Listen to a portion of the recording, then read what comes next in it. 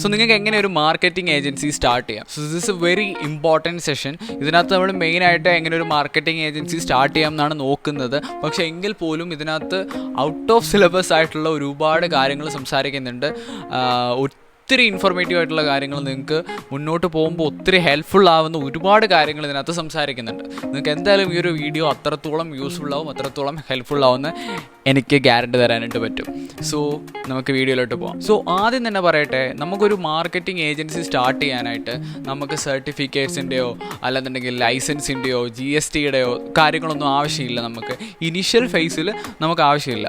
ഇപ്പം നിങ്ങൾക്ക് പല ആൾക്കാരും ആദ്യമേ ചെയ്യുന്നൊരു പൊട്ടത്തരാണ് ഒരു ഏജൻസി സ്റ്റാർട്ട് ചെയ്യാൻ പോകുന്നത്. ഞാൻ ഒത്തിരി പേരെ ഇതിനൊരു എക്സാമ്പിൾ കണ്ടിട്ടുണ്ട്.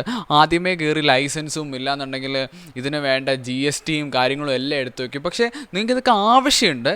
അതൊരു പോയിൻ്റ് ഓഫ് ടൈമിൽ നമുക്കിത് ഓക്കെയാണ്, നമ്മളിതിൽ ഫുൾ ടൈം നമ്മൾ ഇതിനകത്ത് ട്രാവൽ ചെയ്യാനല്ലെന്നുണ്ടെങ്കിൽ ഫുൾ ടൈം ഇതിനകത്ത് എഫേർട്ട് ഡിപ്ലോയ് ചെയ്യാനായിട്ട് റെഡിയാണെന്ന് നിങ്ങൾക്ക് എന്ന് തോന്നുന്നു, അത് അന്ന് നമുക്ക് ഇതിങ്ങനെയുള്ള കാര്യത്തിലേക്കൊക്കെ പോകാം. അതായത് ലൈസൻസ്, GST, നിങ്ങൾക്ക് വേണ്ട സർട്ടിഫിക്കറ്റ്സ് ഇങ്ങനെയുള്ള കാര്യത്തിലേക്ക്. പക്ഷേ അതിന് മുന്നേ നിങ്ങൾക്ക് ഇതിൻ്റെ ഒന്നും ഒരാവശ്യമില്ല ഒരു മാർക്കറ്റിംഗ് ഏജൻസി സ്റ്റാർട്ട് ചെയ്യാൻ. പല ആൾക്കാരുടെ ഒരു തെറ്റിദ്ധാരണയാണ് ഒരു മാർക്കറ്റിംഗ് ഏജൻസി അല്ലെങ്കിൽ ഒരു ഏജൻസി, ഒരു കൺസൾട്ടൻസി സ്റ്റാർട്ട് ചെയ്യണമെന്നുണ്ടെങ്കിൽ ലൈസൻസ് കാര്യങ്ങളൊക്കെ വേണ്ടേ. പക്ഷേ ലൈസൻസും കാര്യങ്ങളൊക്കെ വേണ്ട ബിസിനസ് മോഡലുകളുണ്ട്, ഏജൻസി മോഡലുകളുണ്ട്. പക്ഷെ ഒരു മാർക്കറ്റിംഗ് ഏജൻസി സംബന്ധിച്ച് നിങ്ങൾക്ക് അതിൻ്റെ ആവശ്യമില്ല.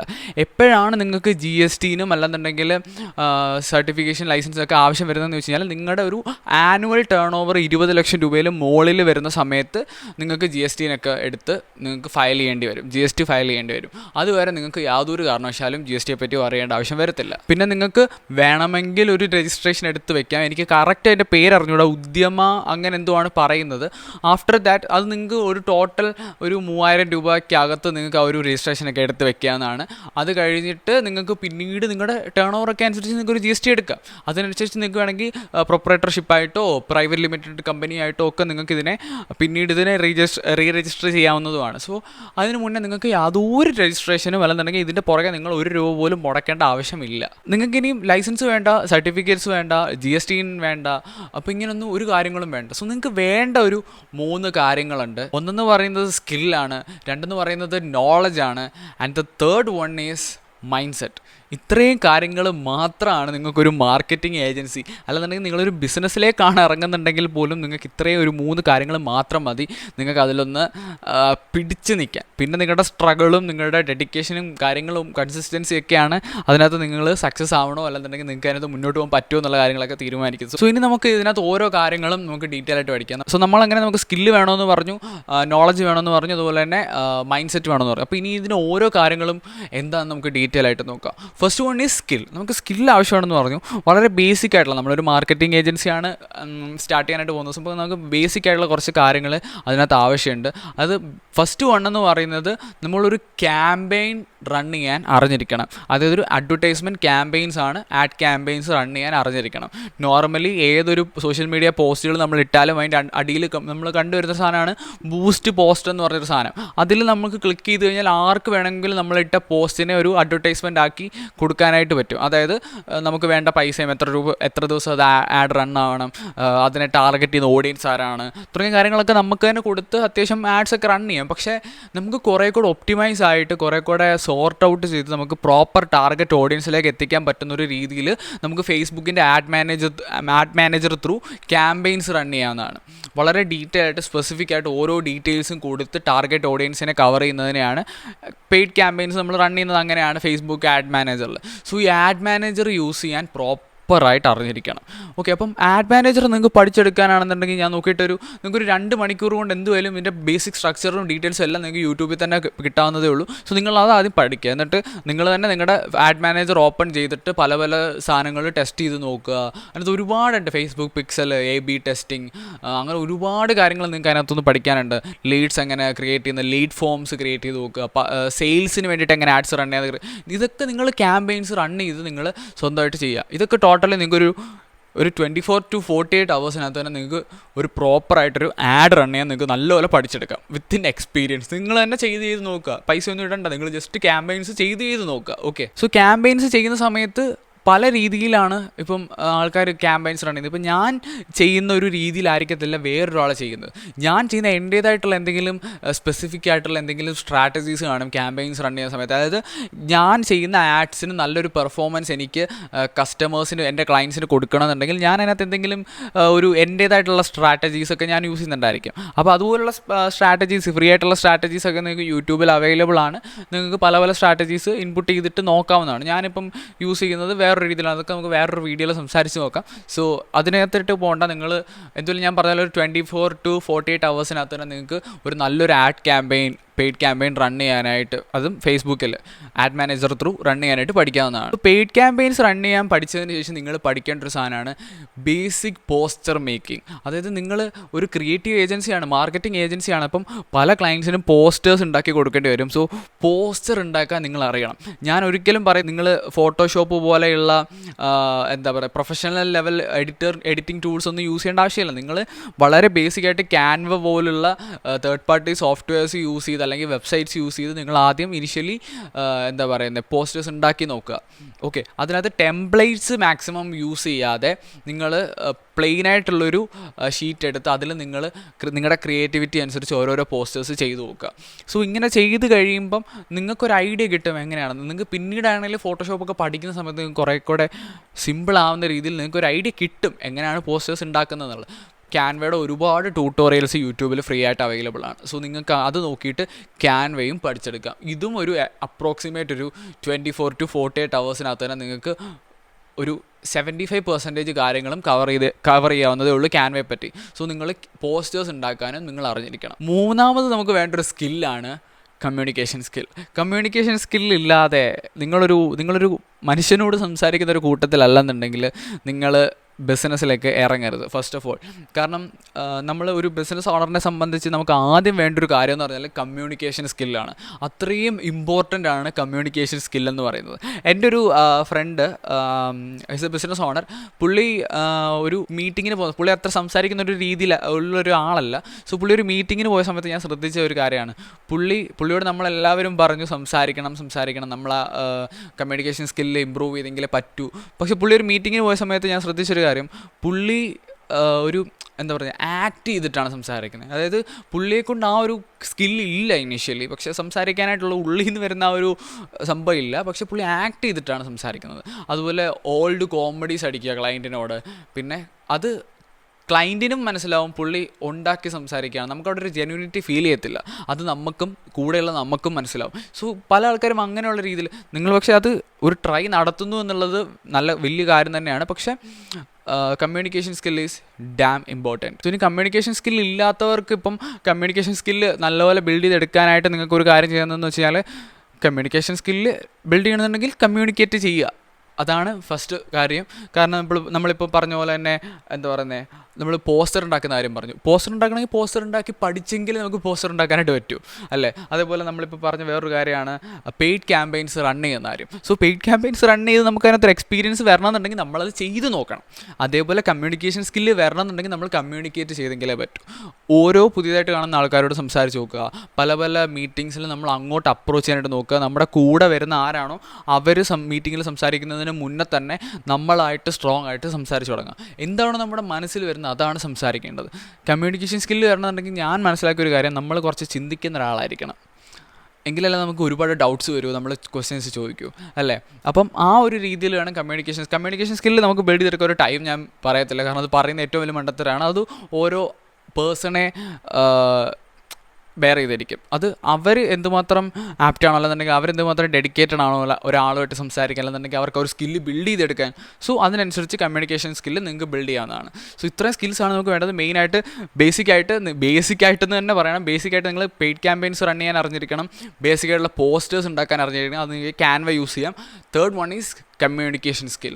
സോ ഇത്രയും കാര്യങ്ങളാണ് സ്കിൽസിൽ നിങ്ങൾക്ക് ബേസിക്കായിട്ട് ഇനിഷ്യലി വേണ്ടത്. And the second one is നോളജിൽ നിങ്ങൾക്ക് വേണ്ടത് എന്തൊക്കെ നോളജാണെന്ന് വെച്ച് കഴിഞ്ഞാൽ, ഒന്നെന്ന് പറയുന്നത് മാർക്കറ്റിംഗ് റിലേറ്റഡ് നോളജ്. നിങ്ങൾക്ക് ബേസിക് ആയിട്ടുള്ള കാര്യങ്ങളെല്ലാം അത്യാവശ്യം നല്ലപോലെ അറിഞ്ഞിരിക്കണം. പിന്നെ രണ്ടാമത്തേതെന്ന് പറഞ്ഞു കഴിഞ്ഞാൽ ബിസിനസ് റിലേറ്റഡ് നോളജാണ്. And the third one is money related knowledge. Money എന്നുള്ളൊരു കോൺസെപ്റ്റിനെ പറ്റി നമ്മൾ നല്ലപോലെ അറിഞ്ഞിരിക്കണം. കാരണം മണി എന്താണെന്നറിയാതെ ഒരു കാരണവശാലും ഒരാളും ബിസിനസ്സിന് ഇറങ്ങരുത്. സോ ഫസ്റ്റ് നമുക്കിനി ഓരോന്നായിട്ട് എടുക്കാം. അതായത് ഫസ്റ്റ് നോളജ് നമുക്ക് വേണ്ടത് മാർക്കറ്റിങ്ങിലാണ്. ഇപ്പം മാർക്കറ്റിങ്ങിൽ നോളജ് വേണ്ടത് എന്തുകൊണ്ടാണെന്ന് ചോദിച്ചു കഴിഞ്ഞാൽ, ഇപ്പം നിങ്ങൾക്കൊരു സ്കില്ലും അറിയത്തില്ല, അതുകൊണ്ടാണ് ഞാൻ നിങ്ങളോട് പറഞ്ഞ ബേസിക്കായിട്ട് അറ്റ്ലീസ്റ്റ് പോസ്റ്റർ മേക്കിങ്ങെങ്കിലും അറിഞ്ഞിരിക്കണം. അപ്പം നിങ്ങൾ പോസ്റ്റർ മേക്കിങ്ങിനെ പറ്റി മാത്രം പഠിച്ചാൽ പോരാ. നിങ്ങൾ പോസ്റ്റർ മേക്കിങ് ഇപ്പോൾ വീഡിയോ എഡിറ്റിംഗ് എന്ന് പറഞ്ഞൊരു ഒരു ഏരിയ നമുക്ക് മാർക്കറ്റിങ്ങിലുണ്ട്. സോ വീഡിയോ എഡിറ്റിംഗ് നിങ്ങൾ പഠിക്കണമല്ലോ, പക്ഷേ വീഡിയോ എഡിറ്റിങ്ങിനെ പറ്റിയിട്ടുള്ള ഒരുപാട് കാര്യങ്ങൾ, അതിൻ്റെ കോൺസെപ്റ്റുകൾ, അതിനകത്ത് യൂസ് ചെയ്യുന്ന കാര്യങ്ങളെല്ലാം നിങ്ങൾ ബേസിക് ആയിട്ടുള്ള ഒരു ഐഡിയ നിങ്ങൾക്ക് വേണം, നോളജ് നിങ്ങൾക്ക് വേണം. ഇല്ലെന്നുണ്ടെങ്കിൽ നിങ്ങളെ വരുന്ന വീഡിയോഗ്രാഫർ, നിങ്ങൾ ഹയർ ചെയ്തെടുക്കുന്ന വീഡിയോഗ്രാഫർ മേ ബി നിങ്ങളെ പറ്റിച്ചിട്ട് വരെ പോകും, ബിസിനസ് ഓണറിനെ പറ്റിച്ചിട്ട് പോകും. സോ അങ്ങനെയുള്ളൊരു ബേസിക് നോളജ് നിങ്ങൾക്ക് വേണം. സോ ഇതാണ് മാർക്കറ്റിംഗ് റിലേറ്റഡ് ഒരുപാട് നോളജ് നിങ്ങൾക്ക് ഇതിനായിട്ട് ആവശ്യമുണ്ട്. സോ രണ്ടാമത് നിങ്ങൾക്ക് വേണ്ട ഒരു നോളജ് ബിസിനസ് നോളജാണ്. ഇപ്പം എൻ്റെ ഒരു എക്സ്പീരിയൻസിൽ നിന്ന് എനിക്കറിയാവുന്ന ഒരാൾ ഒരു ബിസിനസ് ഓണറാണ്, പക്ഷേ ബിസിനസ്സിൽ യാതൊരു ഐഡിയ ഇല്ല, എന്താണ് ചെയ്യേണ്ടത്, ബിസിനസ് എന്താണെന്ന് പോലും ഒരു ഐഡിയ ഇല്ല. പുള്ളിക്ക് ബിസിനസ്സിലുള്ള ഒരു കോൺസെപ്റ്റ് എന്താണെന്ന് അറിയത്തില്ല, മണി റിലേറ്റഡ് കോൺസെപ്റ്റ് അറിയത്തില്ല, അറ്റ്ലീസ്റ്റ് എന്താണ് മാർക്കറ്റ് ഫീസിബിലിറ്റി സ്റ്റഡി എന്താണെന്ന് അറിയത്തില്ല. അപ്പം ഇങ്ങനെയുള്ള അത്രയും ബേസിക് ആയിട്ടുള്ള വേണ്ട കാര്യങ്ങളൊന്നും ആ ഒരു ആൾക്ക് അറിയത്തില്ല. അപ്പം ഇങ്ങനെ ഒരിക്കലും ഒരു പൊട്ടൻ ബിസിനസ് ഓണറായിട്ട് മാറരുത്. നമുക്ക് വേണ്ട കുറേ കാര്യങ്ങളുണ്ട്. ഇതൊന്നും പഠിച്ചെടുക്കാൻ ഇത്ര ടൈം വേണമെന്ന് ഞാൻ പറയത്തില്ല. ഇപ്പോൾ ഞാൻ പെയ്ഡ് ക്യാമ്പയിൻ റൺ ചെയ്യാൻ ഒരു 48 hours മതി നിങ്ങൾ പഠിക്കാനെന്ന് പറഞ്ഞു, അതുപോലെ പോസ്റ്റർ ഉണ്ടാക്കാൻ 48 hours പഠിച്ചാൽ മതി എന്നുള്ള ഞാൻ പറഞ്ഞു. പക്ഷേ ഇതിനൊന്നും ഒരു ടൈം പറയാൻ പറ്റത്തില്ല, കാരണം ഇതൊക്കെ നിങ്ങൾ ഓരോ ആൾക്കാരെ ഡിപ്പെൻഡ് ചെയ്തിരിക്കും.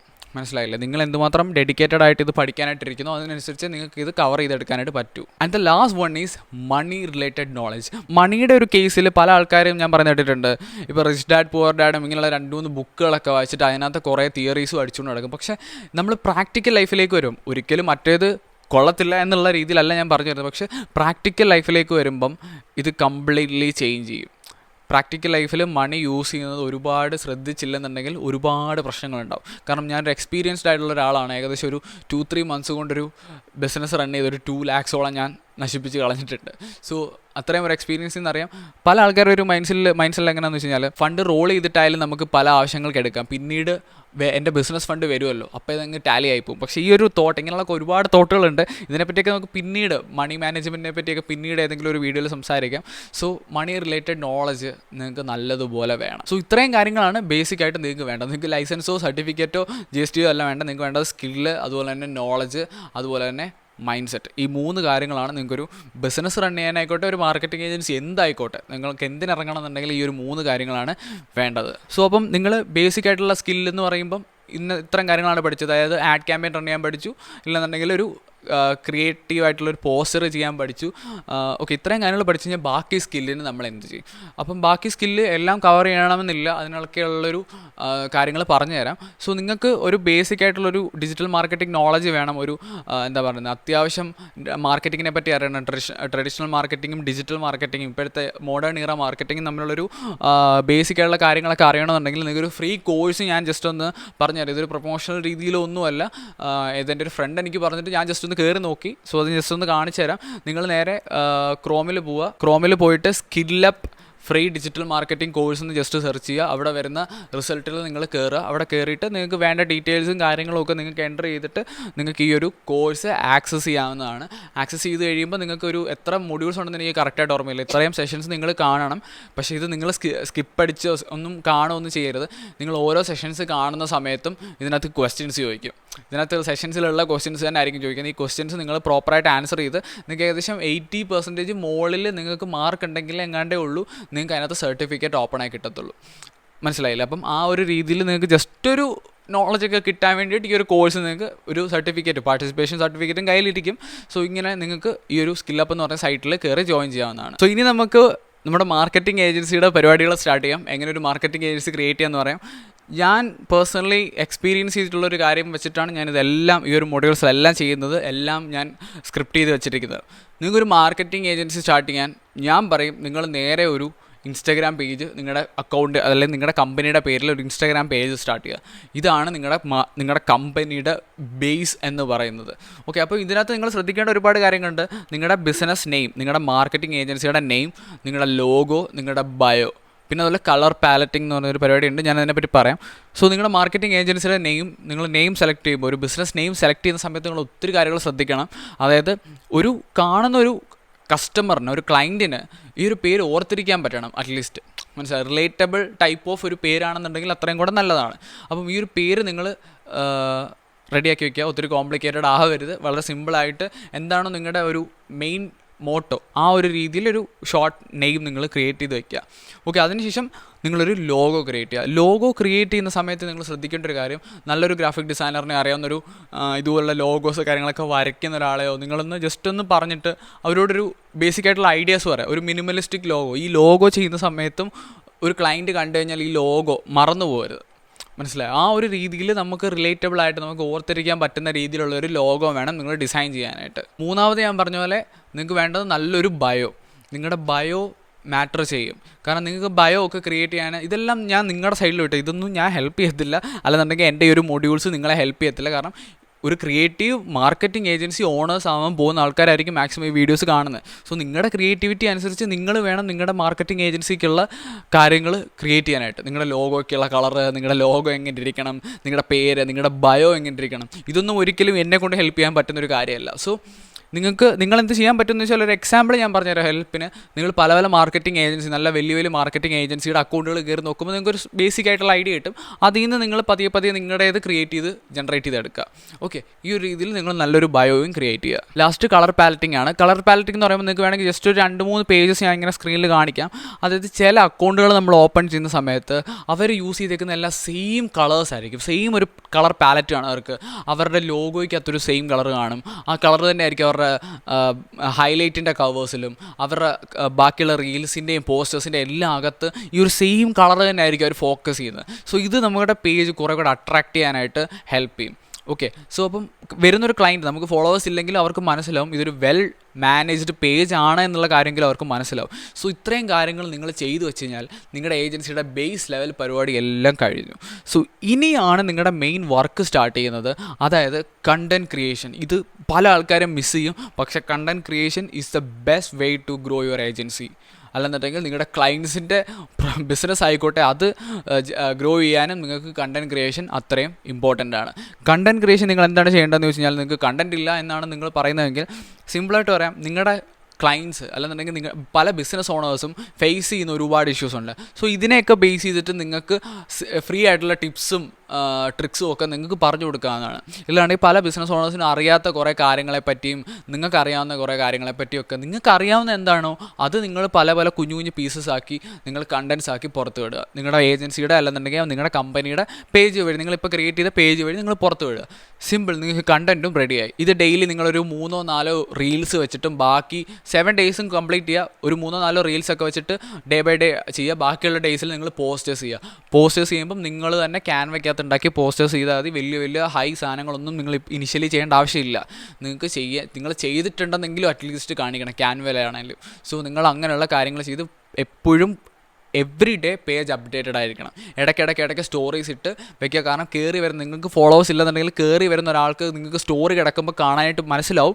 കാരണം ഈ പേജ് ആക്റ്റീവ് ആണ്, വെൽ മാനേജ്ഡ് അല്ലെങ്കിൽ വെൽ മെയിൻറ്റൈൻഡ് പേജ് ആണെന്ന് സ്റ്റോറി കിടക്കുമ്പോൾ കാണുന്നവർക്ക് മനസ്സിലാവും. സോ ഇത്രയും കാര്യങ്ങൾ നിങ്ങൾ വെൽ ഡിഫൈൻഡ് ആയിട്ട് ചെയ്യുക. സോ ഇനി നമുക്ക് വേണ്ടതാണ് പോർട്ട്ഫോളിയോ എന്ന് പറയുമ്പം നമ്മൾ എടുക്കാൻ പോകുന്ന ക്ലയൻസിൻ്റെ അടുത്ത് നമ്മൾ കാണിക്കുന്ന നമ്മുടെ വർക്കുകളുള്ളൊരു ഗ്രൂപ്പാണ് അല്ലെങ്കിൽ ഒരു പേജാണ് പോർട്ട്ഫോളിയോ എന്ന് പറയുന്നത്. അതായത് നമ്മൾ ചെയ്തിട്ടുള്ള വർക്കുകളൊക്കെ കാണിച്ചിട്ടാണ് ബാക്കിയുള്ള ക്ലയൻസിനെ നമ്മൾ കൺവിൻസ് ചെയ്യുന്നത്. പക്ഷേ ഇവിടെ ഒരു പ്രശ്നമുണ്ട്, നമ്മളിതുവരെ വർക്ക്സ് ചെയ്തിട്ടില്ല. അപ്പോൾ നമുക്ക് പോർട്ട്ഫോളിയോ ഇല്ലല്ലോ, മനസ്സിലായി. പോർട്ട്ഫോളിയോ കാണിക്കണമെങ്കിൽ നമുക്ക് നേരത്തെ വർക്ക് ചെയ്യണം. സോ ഇവിടെ നമുക്ക് എന്ത് ചെയ്യാൻ പറ്റുമെന്ന് വെച്ചാൽ, ഒരു സിമ്പിൾ വഴി ഞാൻ പറഞ്ഞുതരാം. അതായത് നിങ്ങൾക്ക് പോസ്റ്റേഴ്സ് ആണ് നിങ്ങൾക്ക് കാണിക്കുന്നുണ്ടെങ്കിൽ നിങ്ങളുടെ കമ്പനിയുടെ പേരിൽ തന്നെ നിങ്ങൾക്ക് പല പല ബ്രാഞ്ച് പോലെ നിങ്ങൾക്ക് ജസ്റ്റ് പോസ്റ്റേഴ്സ് ഉണ്ടാക്കാൻ പറ്റും. ഇപ്പോൾ ഒരു എക്സാമ്പിൾ പറഞ്ഞാൽ എൻ്റെ കമ്പനിയുടെ ഒരു ABCD മാർക്കറ്റിംഗ് ആണെന്നുണ്ടെങ്കിൽ, സോ എനിക്ക് കാണിക്കാൻ വർക്ക്സ് ഒന്നുമില്ല. സോ ഞാൻ ചെയ്യാൻ പോകുന്നത് എന്താണെന്ന് വെച്ചാൽ, ഞാൻ ABCD ബിൽഡേഴ്സ് അല്ലെന്നുണ്ടെങ്കിൽ ABCD events, ABCD tours and travels എന്ന് പറഞ്ഞിട്ട് ജസ്റ്റ് ഒരു സാമ്പിൾ പോസ്റ്റേഴ്സ് ഞാൻ ക്രിയേറ്റ് ചെയ്യും എൻ്റെ ട്രാവൽ ഏജൻസിയുടെ പേരിലും. പക്ഷേ ട്രാവൽ ഏജൻസി കാണത്തില്ല, പക്ഷേ ഞാൻ ജസ്റ്റ് പോസ്റ്റേഴ്സ് ഞാൻ ഡിസൈൻ ചെയ്യും. ട്രാവൽ ഏജൻസിയുടെ പേരിലും ഇവൻറ്റ് മാനേജ്മെൻറ്റിൻ്റെ പേരിലും റിയൽ എസ്റ്റേറ്റിൻ്റെ പേരിലും എല്ലാം ഞാൻ പോസ്റ്റേഴ്സ് ഡിസൈൻ ചെയ്ത് ഇതായിരിക്കും ഞാൻ ചെയ്ത എൻ്റെ കമ്പനിയുടെ ടെംപ്ലേറ്റ് പോലെ ഇതായിരിക്കും ഞാൻ എടുത്ത് കാണിക്കാനായിട്ട് വന്നത്. അതായത് ഇവൻറ്റ് മാനേജ്മെൻറ്റുകാർക്ക് നമ്മൾ ചെയ്ത ഒരു പോസ്റ്ററാണിത്, അല്ലെന്നുണ്ടെങ്കിൽ ഇത് നമ്മൾ തന്നെ ചെയ്ത നമ്മുടെ ടെംപ്ലേറ്റാണ് ഇവൻറ്റ് മാനേജ്മെൻറ്റുകാർക്ക് വേണ്ടിയിട്ടുള്ളത്, അല്ലെന്നുണ്ടെങ്കിൽ ബിൽഡേഴ്സിന് വേണ്ടിയിട്ട്, റിയൽ എസ്റ്റേറ്റുകാർക്ക് വേണ്ടിയിട്ടുള്ള നമ്മൾ തന്നെ ചെയ്ത നമ്മുടെ ഒരു ടെംപ്ലേറ്റാണ് ഇതെന്ന് പറഞ്ഞ് നമുക്ക് അതെങ്കിലും എന്തായാലും പോർട്ട്ഫോളിയോ ആയിട്ട് കാണിക്കാനായിട്ട് പറ്റും. ഇത് പോസ്റ്ററിൻ്റെ കേസാണ്.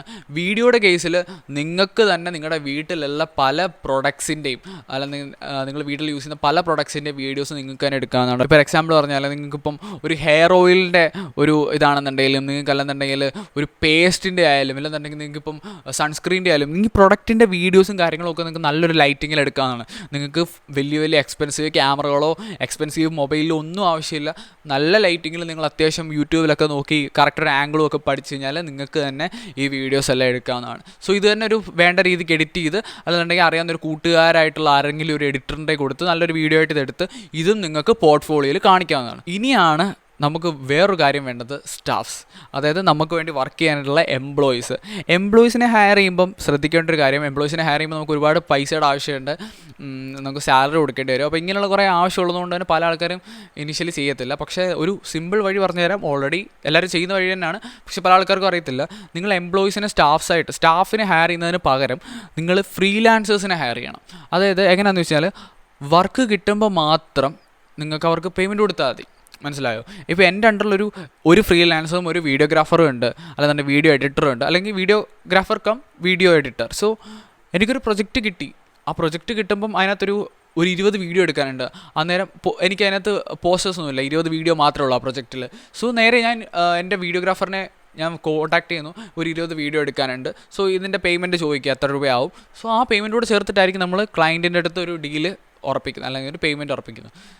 ഈ വർക്ക് ഇവൻ ചെയ്ത് കംപ്ലീറ്റ് ആവുന്നു, നമുക്ക് പേയ്മെൻറ്റ് കിട്ടുന്നു, അതിനുശേഷം ആ പേയ്മെൻറ്റിൽ നിന്ന് ഇവനുള്ളത് നമ്മൾ കൊടുക്കുന്നു. നമുക്ക് വേറൊരു റിസ്ക്കും ഇല്ല. വേറെ വർക്ക് വന്നില്ലെങ്കിൽ ഇവന് സാലറി കൊടുക്കുക എന്നുള്ള പേടി വേണ്ട. ഫ്രീലാൻസറായിട്ട് മാത്രം ഇനിഷ്യൽ ഫേസിൽ ആൾക്കാരെ ഹയർ ചെയ്യുക, എംപ്ലോയീസിനെ ഹയർ ചെയ്യുക. സോ ഈ ഒരു കാര്യം നിങ്ങളെല്ലാവരും ശ്രദ്ധിച്ചോണം. ഇനിഷ്യലി ഞാൻ ചെയ്തൊരു പൊട്ടത്തരവും കൂടാണ് എംപ്ലോയീസിനെ ഹയർ ചെയ്ത് വെച്ച് ലാസ്റ്റ് സാലറി കൊടുക്കാൻ പോലും പൈസ ഇല്ലാതെ വരുന്ന ഒരവസ്ഥ. സോ നിങ്ങൾ ഫ്രീലാൻസറായിട്ട് മാത്രം ഹയർ ചെയ്യുക. ഇനിഷ്യലി ഫ്രഷേഴ്സ് ആയിട്ടുള്ള ഫ്രീലാൻസേഴ്സിന് ഹൈ പേയ്മെൻറ്റ് കൊടുക്കാതിരിക്കുക. ഞാൻ ചെയ്ത മറ്റൊരു മണ്ടത്തരാണ്, ഒരു വീഡിയോ എഡിറ്ററിനെ ഹയർ ചെയ്തു. ഏകദേശം ഫ്രഷറാണ്, ഞാനൊരു 5 minutes to 10 minutes വീഡിയോയ്ക്ക് ഏകദേശം 1500 rupees ഞാൻ പേ ചെയ്തുകൊണ്ടിരുന്നത്. അത് ഏറ്റവും വലിയൊരു മണ്ടത്തരാണ്. സോ ഓവർ പെയ്ഡ് ആക്കരുത് ഒരു ഫ്രഷേഴ്സിനെയും. ഓക്കെ, സോ ഈ ഒരു കാര്യം കൂടെ നിങ്ങൾ ശ്രദ്ധിക്കുക. സോ അപ്പോൾ ഇത്രയും കാര്യങ്ങളാണ് നമ്മൾ ഇന്ന് സംസാരിച്ചിട്ടുള്ളത്. ഇത് അത്രയും വേറൊരു ആവശ്യമാണ്. സോ ഇന്ന് തന്നെ നിങ്ങൾ ചെയ്യണോ എന്ന് ചോദിച്ചു കഴിഞ്ഞാൽ ഇന്ന് ഞാൻ ചെയ്യാൻ പറയത്തില്ല. നിങ്ങൾ ഈ ഒരു വീഡിയോ കഴിഞ്ഞാൽ ഉടനെ ചാടിക്കറി ചെയ്യാൻ പറയത്തില്ല. കാരണം അതൊരു ഫയറിൻ്റെ ബേസിലായിരിക്കും നമ്മളെല്ലാം ചെയ്യാൻ പോകുന്നത്. ചില ആൾക്കാർ നമ്മൾ കേട്ടിട്ടില്ല, നമ്മളൊരു മോട്ടിവേഷൻ വീഡിയോ കണ്ടു കഴിയുമ്പോഴത്തേക്ക് നമ്മൾ ഹൈപ്പിലായിരിക്കും, എന്നിട്ടായിരിക്കും നമ്മൾ പല കാര്യങ്ങളും ചെയ്യുന്നത്. പക്ഷേ പിറ്റേ ദിവസം വീണ്ടും നമ്മുടെ ലൈഫ് എങ്ങനെയാണോ നടന്ന ആ ഒരു സ്റ്റേജിലേക്ക് തന്നെ പിന്നെയും വരും. സോ അങ്ങനെ ചെയ്യേണ്ട. നിങ്ങൾ ഈ ഒരു 10 modules നിങ്ങൾ പ്രോപ്പറായിട്ട് കംപ്ലീറ്റ് ചെയ്യുക, നിങ്ങൾ പ്രോപ്പറായിട്ടുള്ള നോട്ട്സ് മെയിൻറ്റെയിൻ ചെയ്യുക. ആഫ്റ്റർ ദാറ്റ് നിങ്ങൾ ഒരു സൈഡിൽ നിന്ന് ഓരോന്നായിട്ട് എക്സിക്യൂട്ട് ചെയ്ത് തരിക. എന്നിട്ട് ഓരോ മൊഡ്യൂൾ നിങ്ങൾ കംപ്ലീറ്റ് ചെയ്ത് എഴുതി വെച്ചത് ടിക്ക് ചെയ്ത് പോകുമ്പോൾ കിട്ടുന്നൊരു സാറ്റിസ്ഫാക്ഷൻ ലെവൽ എന്ന് പറയുന്നത് അത് വേറെ ലെവലായിരിക്കും. സോ ആ ഒരു രീതിയിൽ മാത്രം ചെയ്യുക. ചാടിക്കയറി ആരും ഈ ഒരു പരിപാടിക്ക് ഇറങ്ങരുത്. ഇപ്പം ഇത് കണ്ടു എന്ന് പറഞ്ഞിട്ട് ഉടനെ ഇന്ന് മാർക്കറ്റിംഗ് ഏജൻസി സ്റ്റാർട്ട് ചെയ്യാം, പേരൊക്കെ കണ്ടുപിടിക്കാം. ഭയങ്കര സ്ലോ ആയിട്ടിരുന്ന് ആലോചിച്ച് റിസർച്ച് ചെയ്ത് ഒരു പേര് കണ്ടുപിടിക്കുന്നതായിരിക്കും ഏറ്റവും നല്ലത്. സോ ഇത് മൊഡ്യൂൾ 2 ആണ്. മൊഡ്യൂൾ 3 നമ്മൾ സംസാരിക്കാൻ പോകുന്ന കാര്യങ്ങൾ, ഇനി അടുത്ത വരുന്ന മൊഡ്യൂളിൽ നമ്മൾ സംസാരിക്കാൻ പോകുന്നത് എങ്ങനെ ഒരു സ്റ്റാഫിനെ ഹയർ ചെയ്യാം, അല്ലെന്നുണ്ടെങ്കിൽ ഫ്രീലാൻസേഴ്സിനെ ഹയർ ചെയ്യാം, അവർക്ക് എങ്ങനെ സാലറി അല്ലെന്നുണ്ടെങ്കിൽ പേയ്മെൻറ്റ് സെറ്റ് ചെയ്യാം. അപ്പോൾ ഇങ്ങനെയുള്ള ഒരുപാട് കാര്യങ്ങൾ, ഹയർ ചെയ്യുമ്പോൾ ശ്രദ്ധിക്കേണ്ട കാര്യങ്ങൾ, അപ്പോൾ ഇങ്ങനെയുള്ള കുറച്ച് കാര്യങ്ങളാണ്. അത് മിക്ക എല്ലാവരും കാണാനായിട്ട് നോക്കുക. മാർക്കറ്റിംഗ് ഏജൻസി എസ്പെഷ്യലി സ്റ്റാർട്ട് ചെയ്യാൻ പോകുന്നവർ എന്തുവായാലും കണ്ടിരിക്കണം. ഇല്ലാന്നുണ്ടെങ്കിൽ നിങ്ങളുടെ കയ്യിൽ എമൗണ്ട് നിൽക്കത്തില്ല, നിങ്ങൾ വിചാരിക്കുന്നിടത്തൊന്നും നിങ്ങളുടെ പൈസ നിൽക്കത്തില്ല. അത്യാവശ്യം നല്ലൊരു ലോസിലേക്ക് നിങ്ങൾ പോകാനായിട്ടുള്ള ചാൻസ് ഉണ്ട്. സോ ഇത്രയും നെക്സ്റ്റ് മൊഡ്യൂൾ അത്രയും അത് ഇമ്പോർട്ടൻ്റ് ആണ്. സോ നിങ്ങളത് ഉറപ്പായിട്ടും കാണണം. സോ ഇന്നത്തെ സെഷൻ ഇത്രയും കാര്യങ്ങൾ നമ്മൾ ഡീറ്റെയിൽ ആയിട്ട് സംസാരിച്ചു. നിങ്ങൾ നോട്ട്സ് എല്ലാം പ്രോപ്പറായിട്ട് തന്നെ മെയിൻറ്റെയിൻ ചെയ്ത് തന്നെ പോകാനായിട്ട് നോക്കുക. ഓരോ കാര്യങ്ങളും സ്ലോലി ഇരുന്ന് ആലോചിച്ച് ചിന്തിച്ച് എക്സിക്യൂട്ട് ചെയ്ത് തുടങ്ങുക. സോ നെക്സ്റ്റ് മൊഡ്യൂളിൽ കാണാം. ഈ ഒരു സീരീസ് നിങ്ങൾക്ക് ഹെൽപ്ഫുൾ ആവുന്നുണ്ടെങ്കിൽ do subscribe my channel and like this video. So see you guys in the next module. Tata, bye by.